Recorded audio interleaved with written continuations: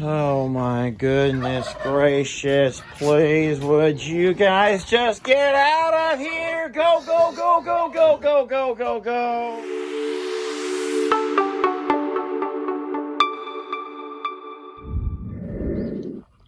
So, let me tell you guys what the problem is with all of this goat nonsense.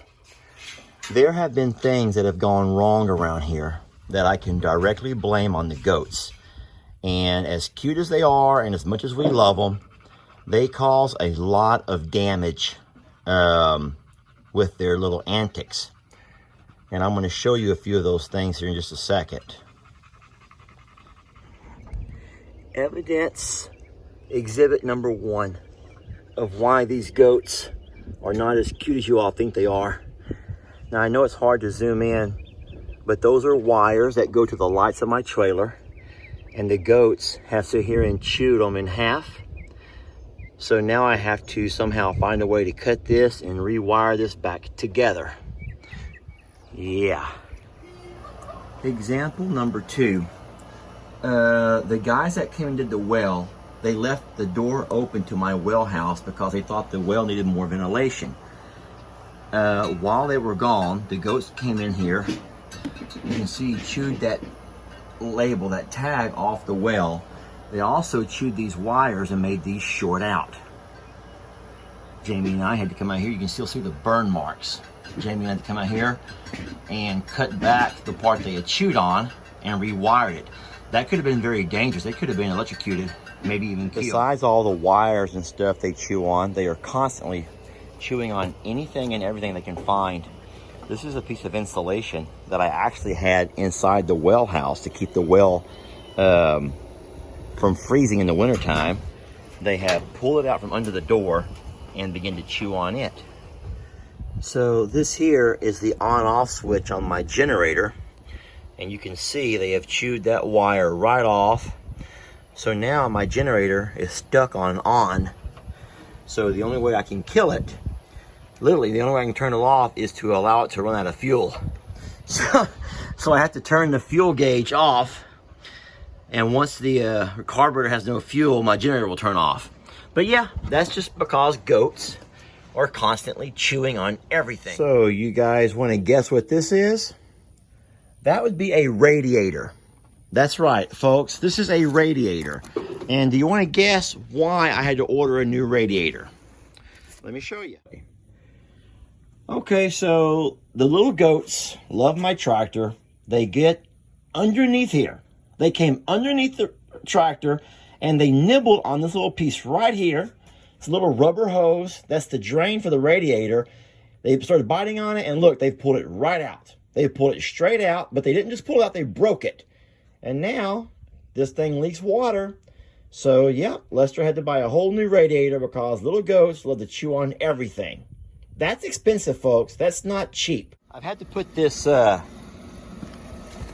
baby, I don't know what you call this stuff, like the little baby cage, around my pool filter pump because they were coming over here and chewing on things. You can see how they've been nipping at that and just grabbing onto the wires, and they just chew into the labeling. I mean, you name it. They get their mouth around it and they just want to chew. If chewing on stuff's not bad enough, they come into the barn here. Sorry, babe. And they work their way into this part of the barn. And they just wreak havoc on everything. They chew open bags of feed. They chew open bags of pine bark mulch. They just get into everything. They knock over feed troughs, and I mean, oh, they chewed the choke. They bit the choke off of my weed eater. Look, they chewed holes in boxes. And you're saying, Lester, well, it's your own fault. You should keep those animals pinned up. Okay, I agree. Jamie, how come we can't keep the golden girls pinned up? Because they're little ninjas and they can climb through every hole somehow in the fence. They help each other through, or I swear to you, they jump on others' backs. So here they come now, and I'm going to show you guys why we can't keep them I'm gonna put air quotes, pinned up. I love them. Hey, babies. Yeah, we're cleaning up your messes. For the 97th time. So here they come now, and see, they think that we do this stuff for their entertainment. Everyone's coming running because they're all excited about seeing what Daddy's and Mama's doing now. Hey, guys. Here comes our little sweet babies now. Sweet baby. And as they gather around, chewing on whatever they can find, if I video long enough, I know you're probably going to be bored with this, but if I video long enough, you'll see them all make their way through. They're going to all make their way through the gates. Come on in to join us. Because they're tiny and they're never going to grow. And so what we thought was a really neat fence, the way we're going to build these really neat fences, is not so conducive after all to little tiny Nubian dwarf goats.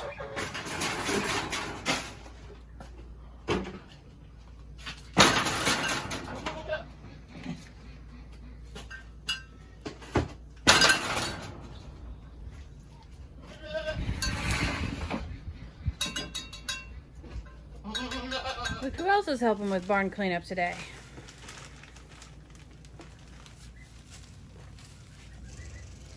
Bam Bam?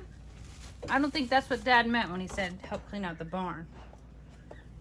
I don't know if you guys were invited to this party, to be honest. Pebbles, baby. That's not for you, sweetheart. Pebbles, hey. You already had breakfast, babe. Don't care. It's quarantine, right? Just go to the fridge 97 times a day. You're out of control, baby. You are. All right, this is going to really gross y'all out, but okay, fine. So you already know that they sleep on the porch at night. They nibble on the edges of our chairs. I'm going to zoom over here. They nibble on the chairs. They nibble on the chairs. But folks, look under my chairs. This is my porch. This is my porch.